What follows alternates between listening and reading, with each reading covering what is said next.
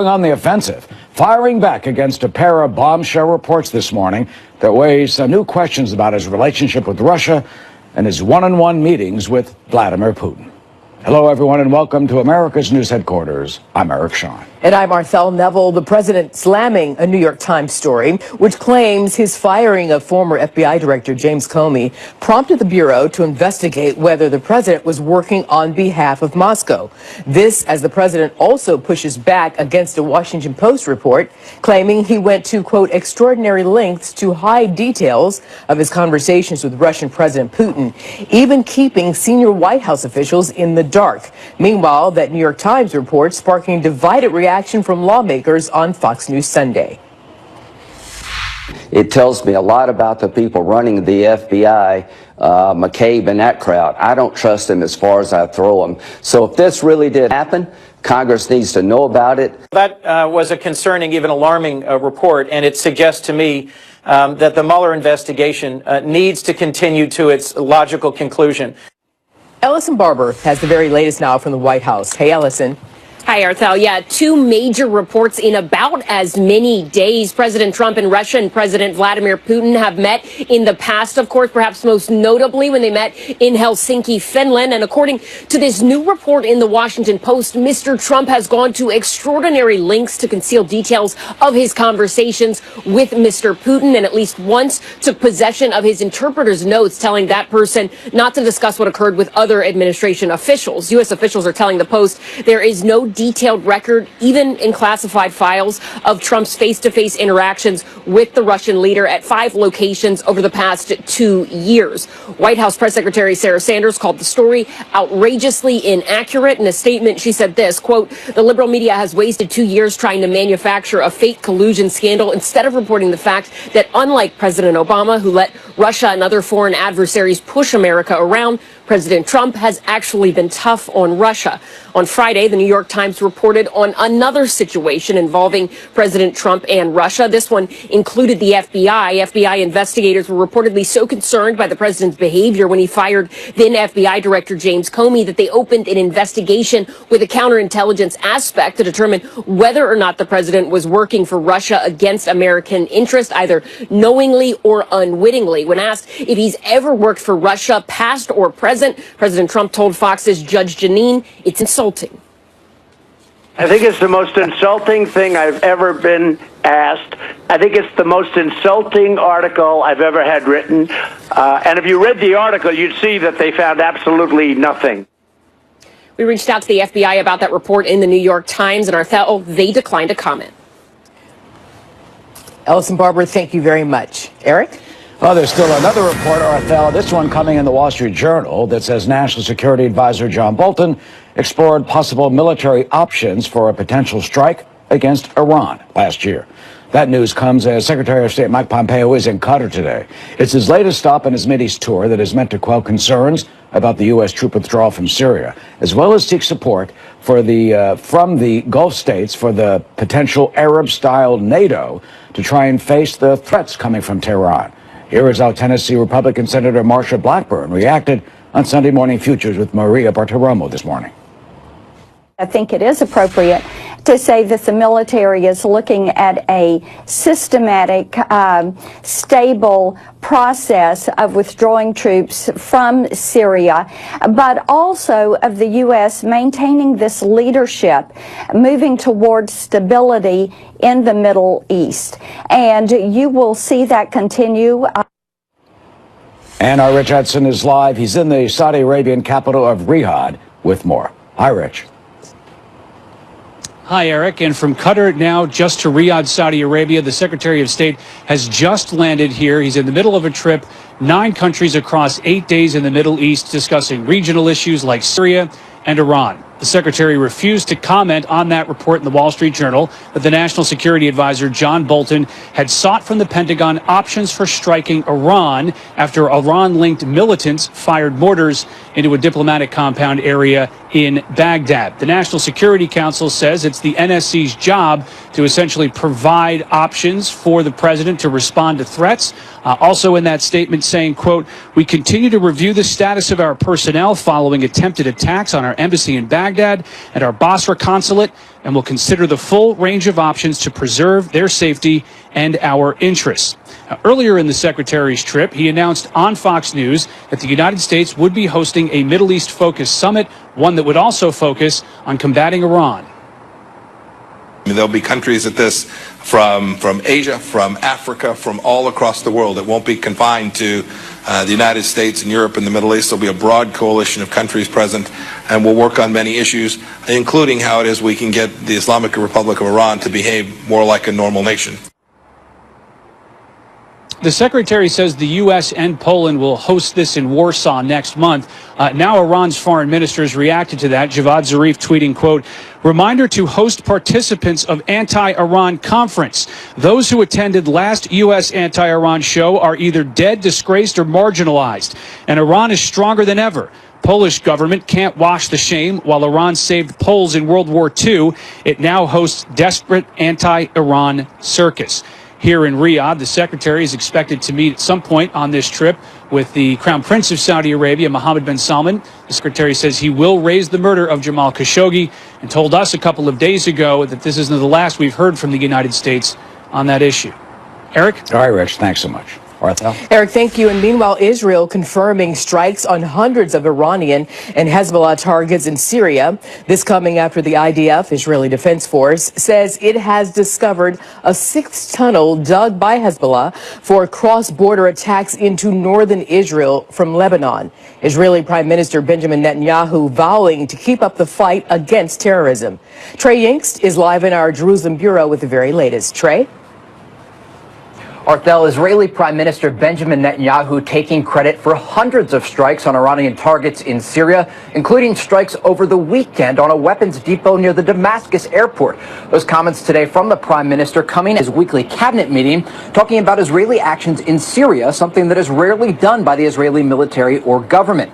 The Prime Minister discussed the location and timeline of the strikes, confirming reports from Syrian state media that the attacks occurred on Friday. Now, the Syrian government filed a complaint with the United Nations Saturday about the airstrikes, while the Syrian military claimed that most of the strikes were actually intercepted by Syrian air defenses. The event does come just days after U.S. Secretary of State Mike Pompeo said in Cairo, Egypt, that the United States fully supports Israel's right to defend itself against Iranian aggression.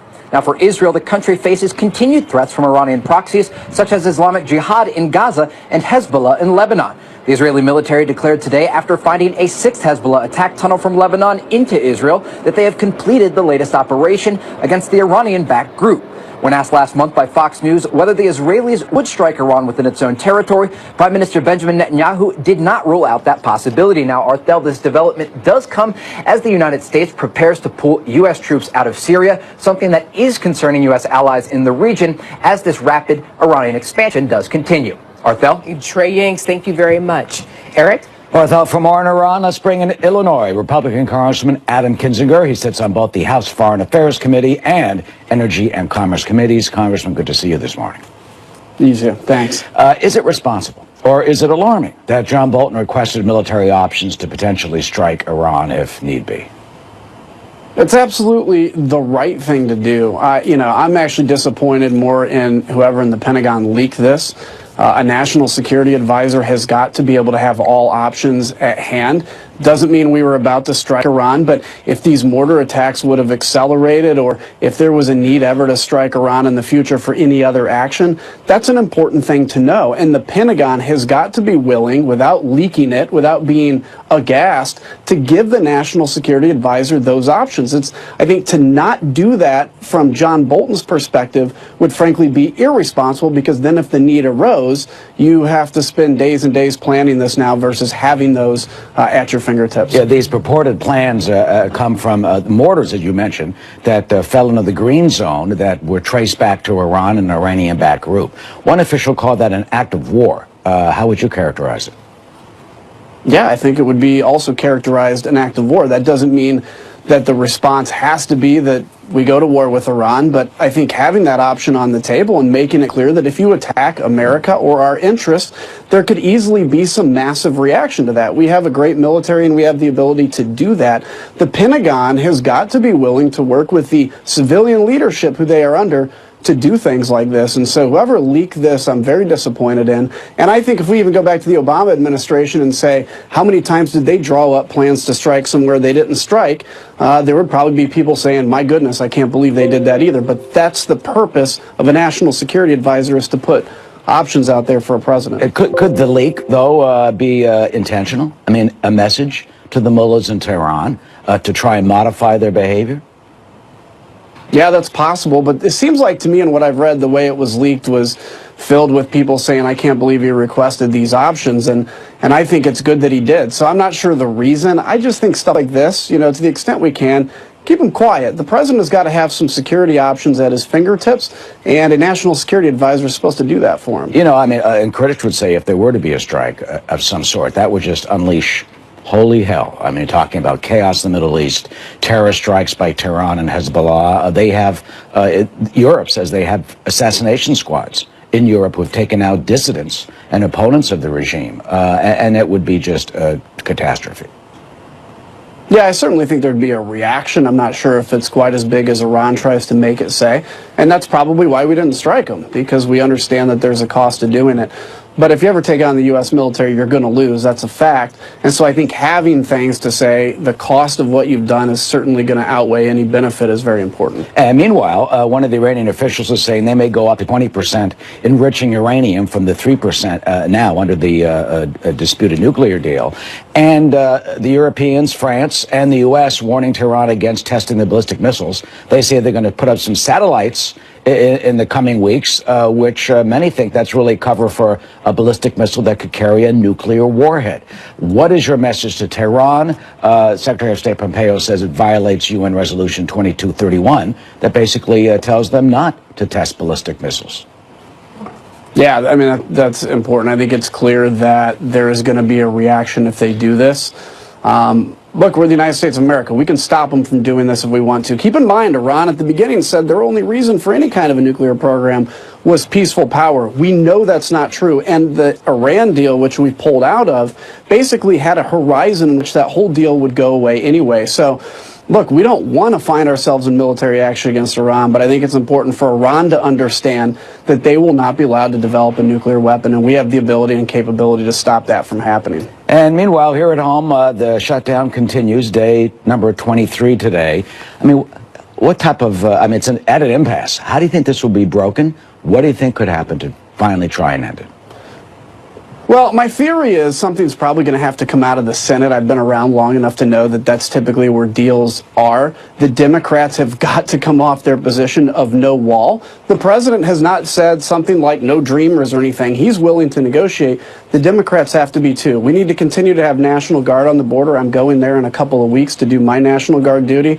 But we need the National Guard on our side too. The RC-26, the aircraft that I fly, is the only aircraft in the Air Force inventory that can do Pillar 1 of the national security strategy, which is counter-drug and border security, and the Air Guard just announced they were getting rid of that at record pace, trying to outrun Congress, and I think without the president knowing about it. Stuff like that. Everybody needs to be on board to secure our border. We need Democrats willing to compromise, and frankly, Republicans will have to be willing to give up something we don't necessarily want either. Tell us about your service. You're in the reserve. What do you do? What do you plan to be doing? What are you going to be doing down at the border? And we are grateful and thank you for your service to this country, to leave Congress and be in the reserve and actually be deployed.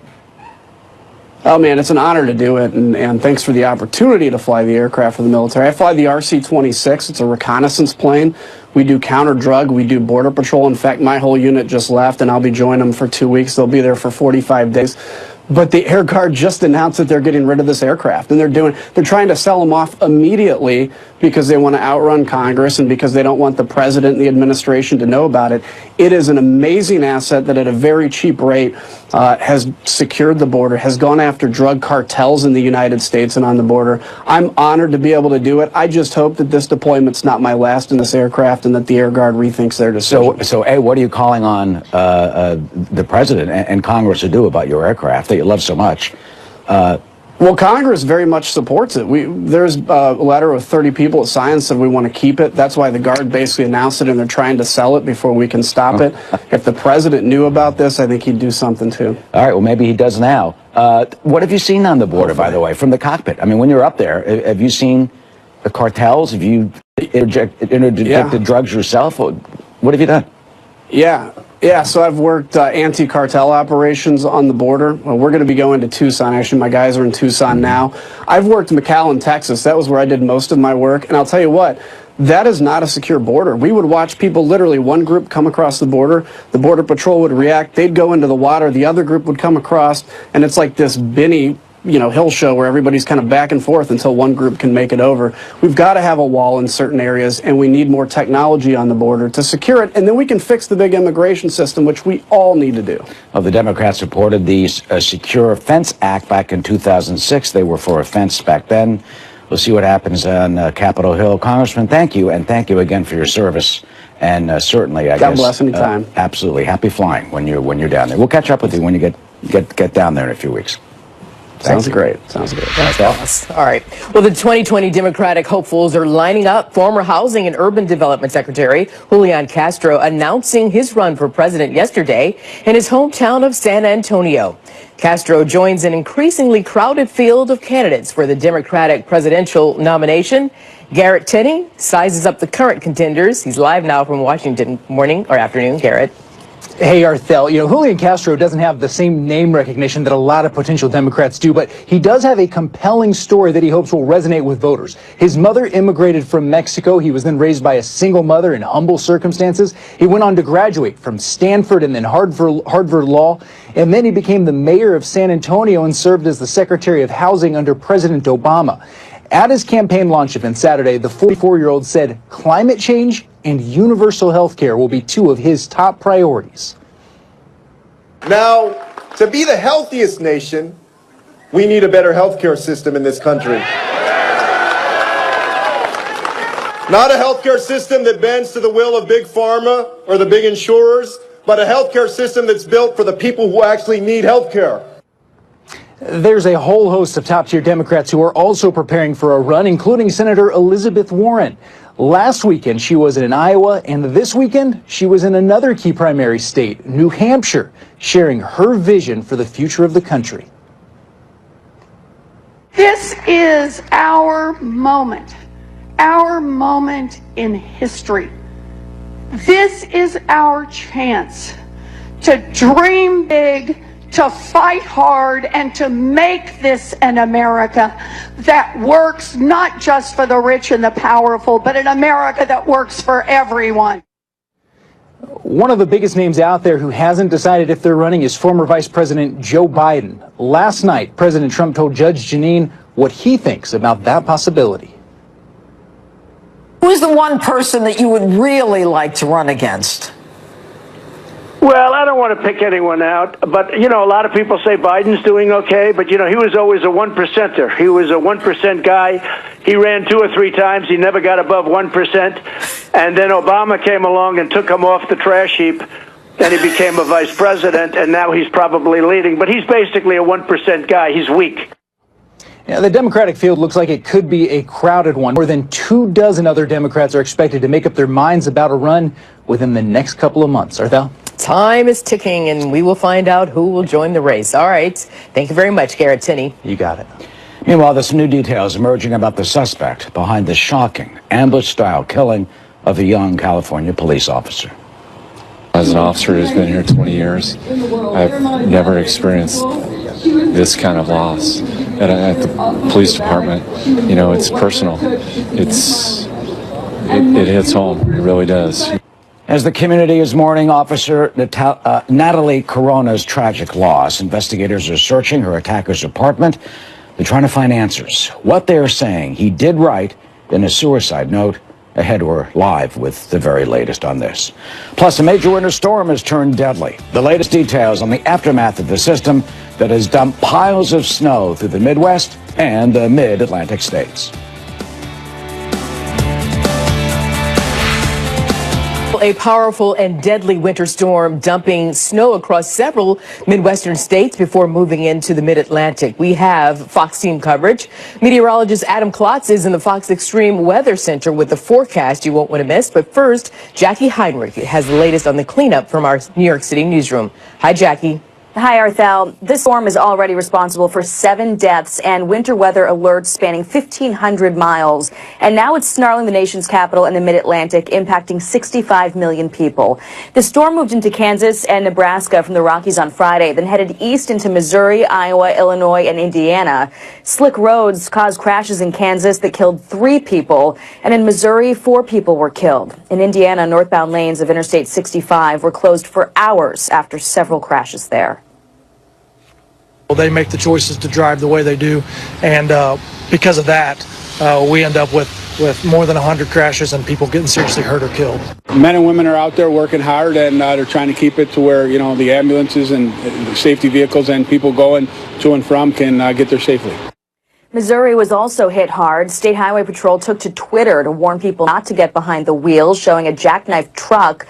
At around 2 o'clock yesterday afternoon, they'd already gotten nearly 4,000 calls for service and responded to 878 crashes. At one point, traffic delays were as long as 8 hours. Now the storm moves eastward, where Virginia Governor Ralph Northam has already declared a state of emergency. Freezing rain is going to be the biggest danger for motorists in the mid and southern Appalachians, and the National Weather Center is predicting that half an inch of ice could accumulate today.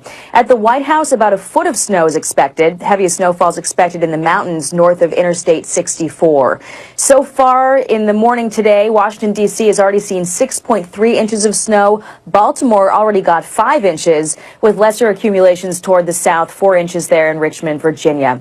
National Weather Service will issue their next storm summary at 3 o'clock Central Time today. If you plan to fly anywhere, you should really check for cancellations and delays, because this storm, Arthel, is still not over. Definitely. And Adam Klotz called it yesterday. He said 6 inches of snow in D.C. area. All right, Jackie Heinrich, thank you for that roundup. Thank you. And with more on the massive winter storm, let's go to meteorologist Adam Klotz, who's in the Fox Extreme Weather Center. You know, Adam, I mean, half a foot of snow in Washington, that just paralyzes that city. You know what? It might not be done yet, Eric. It's still a large system, and it's going to take a little while to move through the mid-Atlantic. You know what? Still places back as far west as St. Louis getting a little bit more additional snow on the backside of this system. But at this point, yes, the bullseye has become the mid-Atlantic. Will continue to be so throughout the rest of Sunday into early Monday morning. Here's our current satellite and radar. You're seeing that rain-snow line. If you're living in places in northern or central Virginia, ice is going to be the big concern for you. But in the D.C. area, farther north up into Baltimore, this is going to continue to be a snow event. And there still could be a couple more inches of snow before it's all said and done. This has just been extended. Everything you're looking at in the pink here is a winter storm warning, which means a winter storm is happening there. Now been bumped back to midnight tonight. So this will wind down through the overnight hours. But the last couple of days, it was looking like it may be in this afternoon. Not the case. It is going to be running at least into tonight, lingering maybe early into tomorrow morning. Now, again, fairly widespread across this entire region. You're looking in Maryland, Northern Virginia. We've seen 5 to 8 inches of snow so far. So this is going to be additional precipitation, not a ton, maybe another 1 to 3 inches of snow in some of these locations. I do think the heaviest snow's now moved on. It does become more of an ice event for folks a little farther south. This is going to be our hour-by-hour forecast, and you can pay attention to the timestamp up in the corner. We're just not done yet. From noon to 1 here on Sunday, it continues to linger all the way till 8 p.m. You're still looking at some snow running along the coastline. As we get closer to 10 p.m. to midnight, this does clear off. This isn't one of those systems, guys, where you're talking about a low-pressure system that's going to run up the coast. So if you're in New York or Boston, not really going to be an impact. It moves off the coast. Back behind it, instead, cold temperatures moving in. So anything that's on the ground likely going to be lingering here for a little while. Again, guys, not one of these ones where it hits and then it melts in the next day or so. Nope, not this one. All right, well, at least the kids are going to have fun. Yes, they will. Adam, yes. Thank you. Arthel? Well, President Trump's pick for Attorney General William Barr preparing for his confirmation hearing beginning Tuesday. As one big question looms, will he have to recuse himself from the Mueller probe? Our panel weighs in. Plus, President Trump with some blunt words about the impasse in Washington over border security as the partial government shutdown sets a new record. What will it take to secure a deal? My hope is that the Democrats will come to the table and will be able to resolve this. Congress should be the ones to take the lead. If a deal can be made with the Democrats, talks over border security funding remain at a stalemate. Molly Hennenberg following this story as it continues from our Washington bureau. Hi, Molly. Hi, Eric. President Trump says Democrats are, quote, holding up negotiations, which could end the government shutdown. He tweeted today, quote, the damage done to our country from a badly broken border, drugs, crime, and so much that is bad, is far greater than a shutdown, which the Dems can easily fix as soon as they come back to Washington. The president said on Fox last night he doesn't want to declare a national emergency until he's given Democrats another chance to work it out. It would take me 15 minutes to get a deal done, and everybody could go back to work. But I'd like to see them act responsibly, and they're not acting responsibly, and that's it. I'm in the White House, and most of them are in different locations. They're watching a certain musical in a very nice location. He's speaking there about the Congressional Hispanic Caucus's Bold PAC meeting in Puerto Rico this weekend. According to a Fox News producer, New Jersey Democratic Senator Bob Menendez was photographed on the beach, although Bold PAC will not say which members of Congress are on the trip. The group did go see the play Hamilton while there. How does this standoff over border security end? Here's one top Senate Democrat. Ends when the Senate Republicans say we've had enough. We're not going to stand here and be blamed for this. We believe the government should be opened. There should be timely negotiations on border security after the government is open. A Republican senator says the president should take one last step before declaring a national emergency.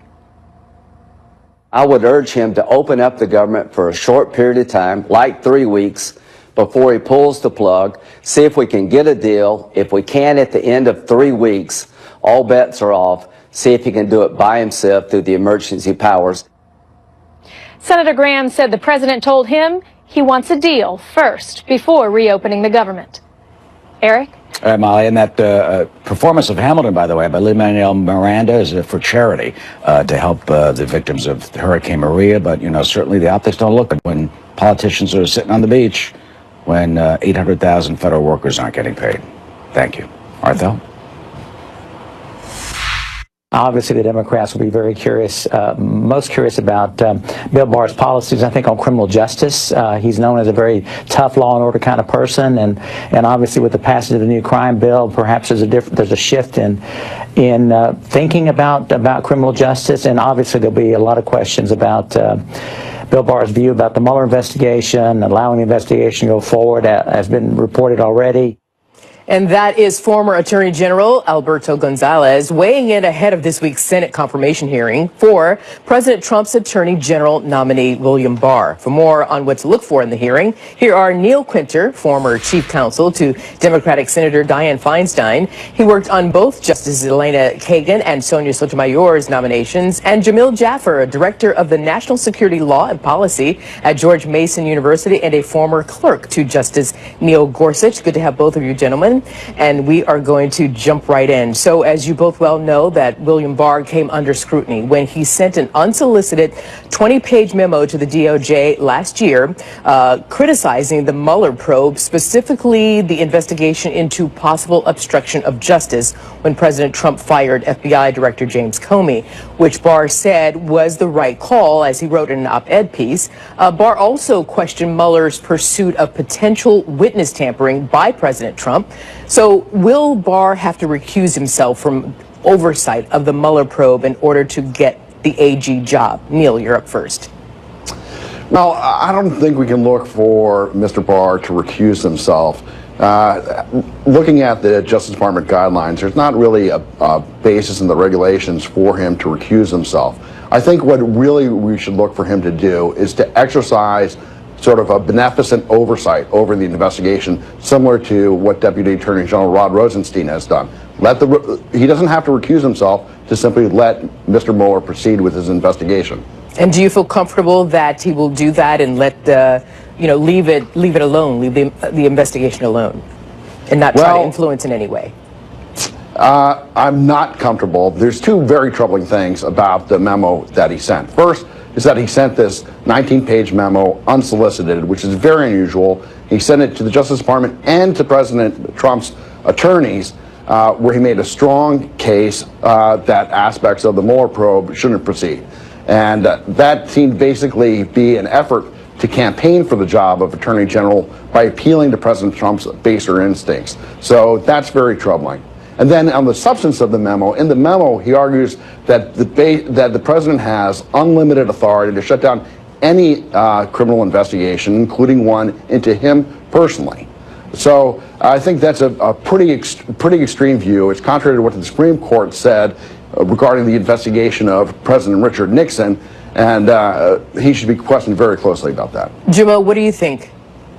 Well, look, I mean, I think that Neil's right that potential Attorney General Barr probably won't have to recuse, although he's going to get a lot of pressure from the committee and from Democrats in the Senate on this question. Minority Leader Schumer has already called for the president to withdraw his nomination, and a number of Democratic senators have suggested that recusal is appropriate here. On the question about the memo, I think there's an interesting debate here. I think a lot of the legal experts have debated this question. You look at Jack Goldsmith, hardly a big believer in overweening presidential powers. He fought against them in the Bush administration with the famous hospital visit. He said that he thinks that former Attorney General Barr's memo is pretty standard when it comes to its view of presidential powers with respect to the Supreme Court and the executive branch. And so it'll be an interesting thing to be debated here. I think that Neil is exactly right, that this is an issue for the Senate to take up and debate in the confirmation hearings and figure out what kind of an Attorney General Bill Barr will be. He's already been Attorney General, so we know his approach, and we'll see more in these hearings as they come up this week. And Jamil, I want to stay with you. Senator Lindsey Graham, newly named Senate Judiciary Committee Chair, I want to ask you, how much weight will Senator Graham's position on Barr carry with fellow Republican committee members, and what will likely be Senator Graham's argument to sell Barr's confirmation? Well, I think, look, it's hard to imagine a better qualified candidate to be Attorney General. This idea somehow that Bill Barr was campaigning to be Attorney General, it strikes me as sort of ridiculous. The man served in the CIA under H.W. Bush as an analyst. He served in the Justice Department as the head of the Office of Legal Counsel, as the Deputy Attorney General, as the Attorney General previously. So this idea that he needs to be Attorney General again or wants to be Attorney General, that strikes me as wrong. I think that what he was doing here was writing a memo about his views of the law that at least one prominent Harvard professor, Jack Goldsmith, says are pretty standard. Goldsmith also ran the Office of Legal Counsel. So I think that Graham is going to say, look, this is a man who's had long experience. He gets what's going on. And by all accounts, Democrats and Republicans alike admit that Bill Barr is a serious person and will probably stand up to Donald Trump. So the only question now is what happens on this recusal question. So, Neil, if the Mueller probe proves to be a political roadblock or barricade for Mr. Barr, in what avenues will this process be a smooth ride for him? And ultimately, will William Barr be confirmed? I think it's hard to bet against Barr being confirmed when you have a larger Republican majority in the Senate. I don't have a lot of faith in Republican senators doing anything but lining up in a row behind President Trump. But I think that senators should do their best to get a commitment from him that he will let the independent counsel proceed independently and not block or conceal its ultimate findings. Well, Senator Graham has already done so. I started with you, Neil, so I want to give you the final word. Jamil, any final thoughts? Well, look, I think Bill Barr is an extremely qualified candidate for Attorney General. I think he'll do a good job. I think the Senate will do the right thing by asking him tough questions and trying to get tough and good answers out of him. But at the end of the day, I think by all accounts, I don't think there's a single person in this country who said that Bill Barr is not a highly qualified person and not the kind of person who, if he needs to, would stand up to the president. Jamil Jaffer, Neil Quinter, thank you. Thank you. Well, the president sits down with Vladimir Putin one-on-one. And critics are saying no one but them knows what they talked about. The Washington Post this morning reporting the president, well, they say he tried to hide details of those conversations, and that's prompting a heated reaction from congressional Democrats. What they are vowing to do in response and what the president says about it.